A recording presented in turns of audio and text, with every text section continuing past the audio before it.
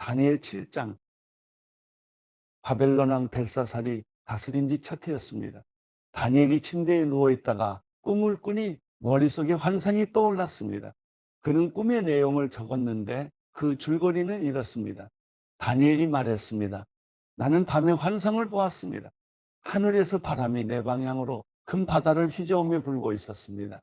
그 바다에서 각각 모습이 다른 네 마리의 큰 짐승이 나왔습니다. 첫 번째 짐승은 사자같이 생겼지만 독수리의 날개를 가졌습니다. 내가 보고 있는 동안 그 짐승은 날개가 뽑히더니 땅에서 몸을 들어올려 사람처럼 두 발로 서고 사람의 마음을 가졌습니다. 두 번째 짐승은 곰같이 생겼습니다.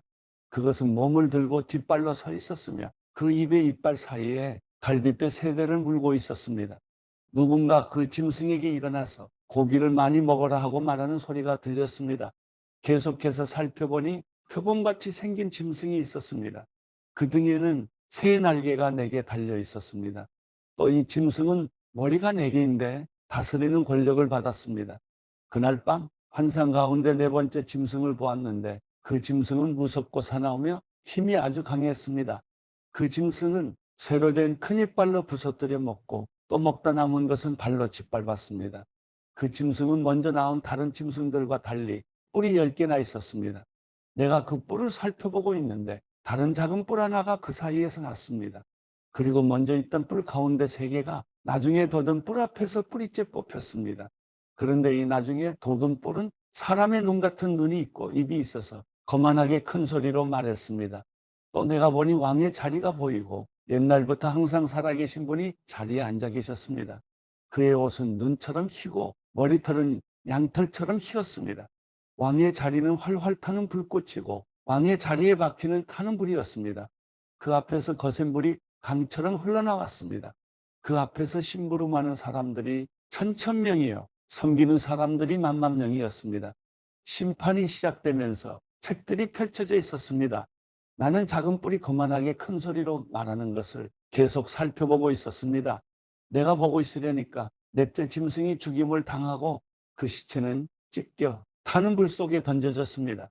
나머지 세 짐승은 힘은 빼앗겼지만 목숨만은 얼마 동안 살아남게 됐습니다. 내가 밤에 또 환상을 보았습니다. 사람같이 생긴 분이 하늘구름을 타고 오셨습니다. 그가 옛날부터 항상 살아계신 분께 가서 그분 앞에 섰습니다. 사람같이 생긴 분은 하나님께 힘과 영광과 나라들을 받고 모든 백성들과 나라들과 각기 다른 언어를 쓰는 사람들에게 경배를 받았습니다. 그분의 다스림은 영원해서 결코 사라지지 않을 것이고 그분의 나라는 결코 멸망하지 않을 것입니다. 나 다니엘은 머릿속에 나타난 이 환상 때문에 마음이 괴롭고 답답했습니다. 내가 거기 서 있는 천사들 가운데 하나에게 다가가서 이 모든 것의 참뜻을 물었습니다. 그는 내게 이것들의 뜻을 알려주었습니다. 네 마리의 큰 짐승들은 세상에 일어날 내 왕이다. 그러나 높고 높으신 분의 백성들이 그 나라를 얻고 영원하고 영원하고 영원하도록 누리게 될 것이다. 나는 네 번째 짐승의 뜻을 알고 싶었습니다.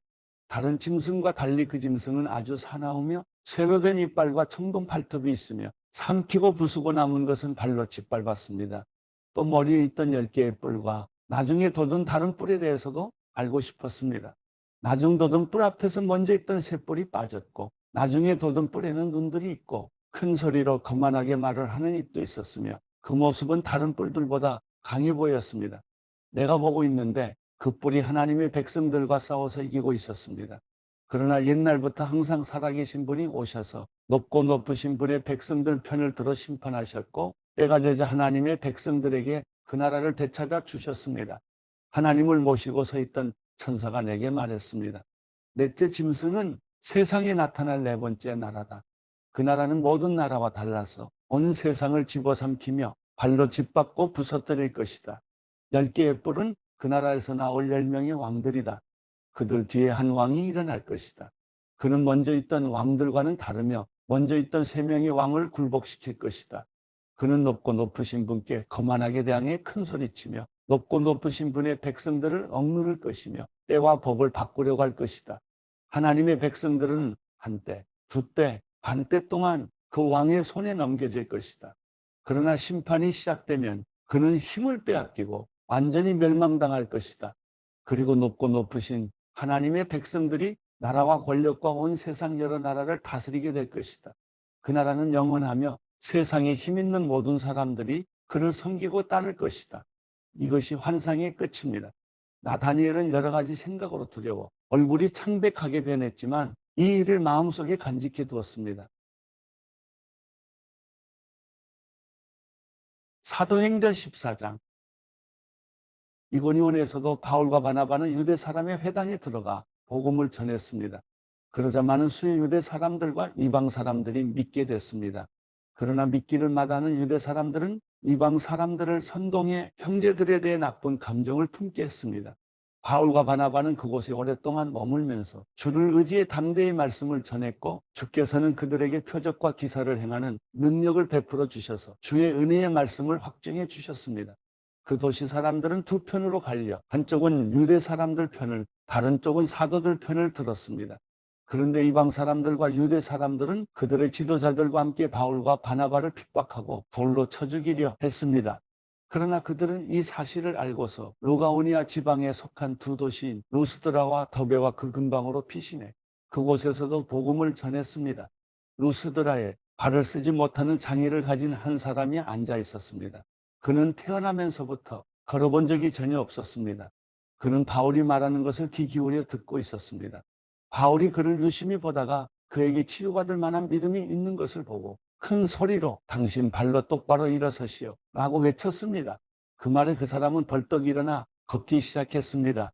사람들은 바울이 한 일을 보고 루가오니아 말로 소리 질렀습니다. "신들이 사람의 모습으로 우리에게 내려오셨다." 그들이 바나바는 제우스라 부르고 바울은 주로 말을 하기 때문에 헤르메스라고 불렀습니다. 도시 밖에 있는 제우스 신전의 제사장은 황소들과 화환들을 성문 앞으로 가져왔습니다. 사람들과 함께 그들에게 제물을 바치려는 것이었습니다. 그러나 두 사도 바나바와 바울은 이 말을 듣고 옷을 찢으며 사람들 속으로 뛰어들어가 외쳤습니다. "사람들이여, 왜 이런 행동을 합니까? 우리도 여러분과 똑같은 사람입니다. 우리가 여러분에게 복음을 전하는 것은 여러분이 이런 헛된 것을 버리고 하늘과 땅과 바다와 그 안에 모든 것을 만드신 살아계신 하나님께로 돌아오라고 하는 것입니다. 과거에는 하나님께서 모든 민족들이 제멋대로 가도록 내버려 두셨습니다. 그렇다고 하나님께서 자신에 대해 증언하시지 않은 것은 아닙니다. 하나님께서는 자비를 베풀어 하늘에서 비를 내릴 때가 되면 열매를 맺게 하시고 넉넉한 양식을 공급해 여러분의 마음을 기쁨으로 가득 채워 주셨습니다. 바나바와 바울은 이런 말로 자기들에게 제물을 바치지 못하도록 그들을 간신히 말릴 수 있었습니다. 그때 안디옥과 이고니온에서 유대 사람들이 몰려와 사람들을 선동해 자기들 편으로 끌어들여 바울에게 돌을 던지게 했습니다. 그리고 바울이 죽은 줄 알고 그를 도시 밖으로 끌어냈습니다. 그러나 제자들이 바울 주위에 모여들자 그가 일어나 다시 도시 안으로 들어갔습니다. 그 다음 날 바울은 바나바와 함께 더베로 떠났습니다. 그들은 그 도시에서 복음을 전한 뒤 많은 제자들을 얻게 됐습니다. 그러고 나서 루스드라와 이고니온과 안디옥으로 되돌아가 제자들의 마음을 강하게 하고 늘 믿음에 머물러 있도록 격려해 주었습니다. 또 우리가 하나님 나라에 들어가려면 우리가 마땅히 많은 고난을 겪어야 한다고 말했습니다. 바울과 바나바는 제자들을 위해 각 교회마다 장로들을 세워 기도하고 금식하며 자신들이 믿는 주께 그들을 부탁했습니다. 그런 뒤에 그들은 비시디아를 통과해 밤빌리아에 들어갔다가 거가에서 말씀을 전하고 아탈리아로 내려갔습니다. 그리고 그들은 아탈리아에서 배를 타고 안디옥으로 돌아갔습니다. 이 안디옥은 그들이 선교 활동을 위해 자신들을 하나님의 은혜에 헌신했던 곳인데 이제 그 일을 성취한 것입니다. 바울과 바나바는 안디옥에 도착해서 교회 신자들을 모으고 하나님께서 그들과 함께 행하신 모든 일과 하나님께서 어떻게 이방 사람들에게 믿음의 문을 여셨는지 보고했습니다. 그러고 나서 그들은 제자들과 함께 오랫동안 그곳에 머물렀습니다. 사도행전 15장. 유대에서 몇몇 사람들이 안디옥으로 내려와 형제들을 가르쳤는데 모세가 가르친 관례에 따라 할례를 받지 않는다면 구원을 받지 못한다라고 했습니다. 이 말로 인해 바울과 바나바는 그들과 적지 않은 충돌과 논쟁을 벌였습니다. 그래서 안디옥 교회는 바울과 바나바를 세워 몇몇 신자들과 함께 예루살렘으로 보냈습니다. 사도들과 장로들은 이 문제를 어떻게 생각하는지 알아보려는 것이었습니다. 교회의 전송을 받고 여행을 떠난 그들은 가는 길에 페니키아와 사마리아 지방을 거치면서 이방 사람들이 어떻게 개종하게 됐는지를 전했습니다. 이 소식은 모든 형제들을 무척 기쁘게 했습니다. 그들은 예루살렘에 도착해 교회와 사도들과 장로들에게 환영을 받았습니다. 그러고 난 후 하나님께서 자신들을 통해 하신 모든 일을 그들에게 보고했습니다. 그때 바리새파에 속해 있다 신자가 된 몇몇 사람들이 일어나 말했습니다. 이방 사람들이 할례를 받고 모세의 율법을 지키도록 해야 합니다. 사도들과 장로들이 이 문제를 논의하려고 함께 모였습니다. 오랜 시간 동안 토론한 끝에 베드로가 일어나 그들에게 말했습니다. 형제들이요, 여러분도 알다시피 얼마 전에 하나님께서 여러분 가운데서 나를 선택해 이방 사람들도 내 입술을 통해 복음의 말씀을 듣고 믿게 하셨습니다. 그 마음을 아시는 하나님께서는 우리에게 하셨던 것처럼 이방 사람들에게도 성령을 주셔서 그들을 인정하셨습니다. 하나님께서는 그 마음을 믿음으로 깨끗하게 하셔서 우리와 그들 사이에 차별을 두지 않으신 것입니다. 그런데 여러분은 어째서 우리 조상이나 우리가 질 수 없었던 무거운 짐을 이방 신자들에게 지워서 하나님을 시험하려고 하십니까? 우리는 그들과 마찬가지로 주 예수의 은혜로 구원받는다고 믿습니다. 어느 회중이 조용해지면서 바울과 바나바가 하는 말을 귀 기울여 들었습니다.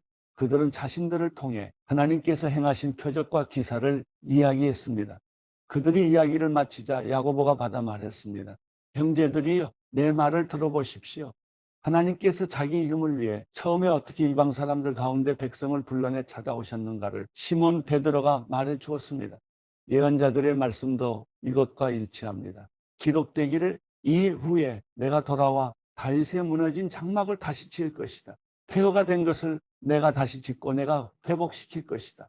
그러면 남은 사람들과 내 이름으로 일컬음 받는 모든 이방 사람들이 주를 찾을 것이다. 이것은 오래전부터 이 일을 알게 해주신 여호와의 말씀이다 라고 했습니다. 그러므로 내 판단으로는 우리가 하나님께 돌아오는 이방 사람들을 괴롭게 해서는 안 된다고 생각합니다. 다만 우상으로 더러워진 음식과 음행과 목매어 죽인 짐승의 고기와 피는 멀리하라고 편지하는 것이 좋겠습니다. 오래전부터 모세의 율법이 각 도시에 전해져 안식일마다 회당에서 그것을 읽고 있기 때문입니다. 그러자 사도들과 장로들과 온 교회는 몇몇 사람들을 뽑아 바울과 바나바와 함께 안디옥으로 보내기로 결정했습니다. 그래서 뽑힌 사람은 형제들 가운데서 지도자인 바사바라고 하는 유다와 실라였습니다. 그들은 그 사람들 편에 다음과 같은 편지를 보냈습니다. 여러분의 형제인 사도들과 장로들이 안디옥과 시리아와 길리기아에 있는 이방의 형제들에게 문안드립니다. 우리 가운데 어떤 사람이 여러분에게 가서 우리가 시키지도 않은 말을 해서 여러분을 괴롭히고 여러분의 마음을 아프게 했다는 소식을 들었습니다. 그래서 우리가 몇 사람을 뽑아 사랑하는 우리의 형제 바나바와 바울과 함께 여러분에게 보내기로 우리 모두 합의했습니다. 바나바와 바울은 우리 주 예수 그리스도의 이름을 위해 목숨을 건 사람들입니다. 그러므로 우리는 이 편지의 내용이 사실임을 분명히 말해줄 유다와 실라를 보냅니다. 꼭 필수적인 사항 몇 가지 외에는 여러분에게 아무 짐도 지우지 않으려는 것이 성령의 뜻이며 또 우리의 뜻입니다. 곧 우상에게 바쳐진 음식과 피와 목매어 죽인 짐승의 고기와 음행만은 멀리하십시오. 이런 조항만 잘 지키면 되겠습니다. 평안하십시오.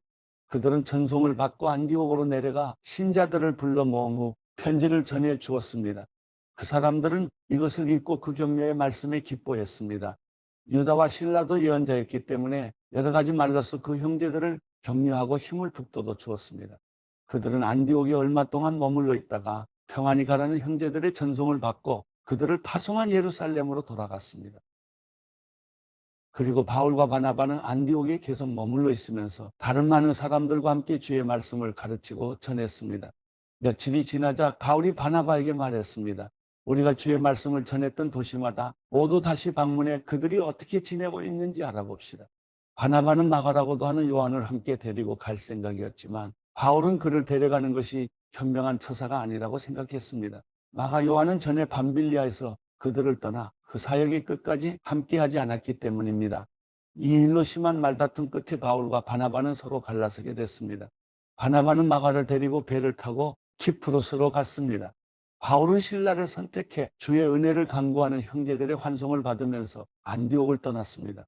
바울은 시리아와 길리기아를 거쳐가면서 교회들을 강건케 했습니다.